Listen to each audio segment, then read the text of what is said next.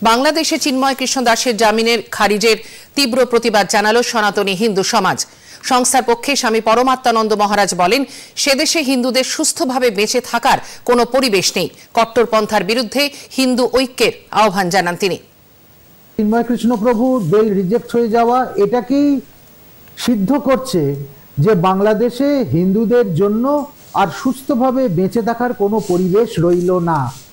যদি 5 সপ্তাহ পর এই সিদ্ধান্ত কোর্ট জানায় এবং তাকে বেল রিজেক্ট করে যাবজ্জীবনের দিকে তাকে ঠেলে দেওয়ার যে ষড়যন্ত্র আজকে সরাসরি সারা পৃথিবীর কাছে উন্মুক্ত হয়ে গেল, এত প্রতিবাদ, এত প্রতিরোধ, এত মানুষের আস্থা, ভরসা, বিশ্বাস এবং নির্দিষ্ট কোনো অপরাধ ছাড়া তাকে যেভাবে একজন হিন্দু সন্ন্যাসীকে আটকে রাখা হলো বাংলাদেশের জেলে, তাতে বাংলাদেশের ইউনূস সরকারের প্রতি আমাদের ধিক্কার।